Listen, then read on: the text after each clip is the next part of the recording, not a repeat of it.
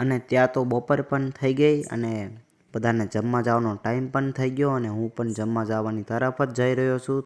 અને પછી મિત્રો હું જમવા પણ બેસી ગયો અને તમે પણ જમવા હાલો અને આપણે એક મસ્તીનો સાયો કરીને જમવા પણ બેસી ગયા એકદમ ખુલ્લી વાડીઓમાં.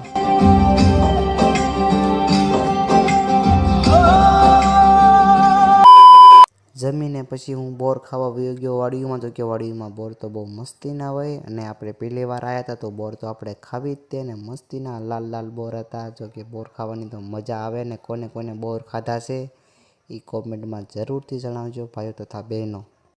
અને આ બોર તો મને મોંઘા પડી ગયા, તમે જોવો તો ખરા. આખી બોડી મારા હાથમાં ચોંટી ગઈ ને પછી તોય મેં તોડીને બોર તો મેં ખાઈ જ લીધા.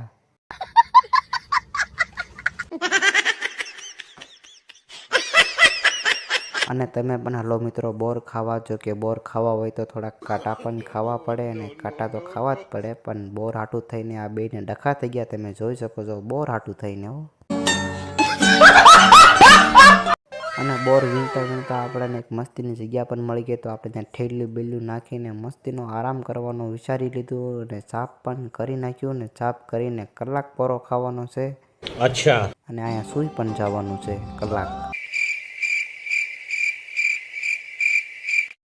A few moments later.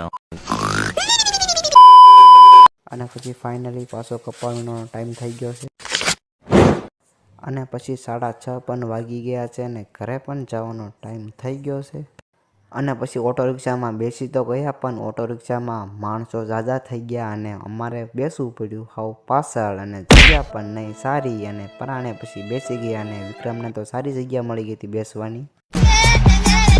2000 years later.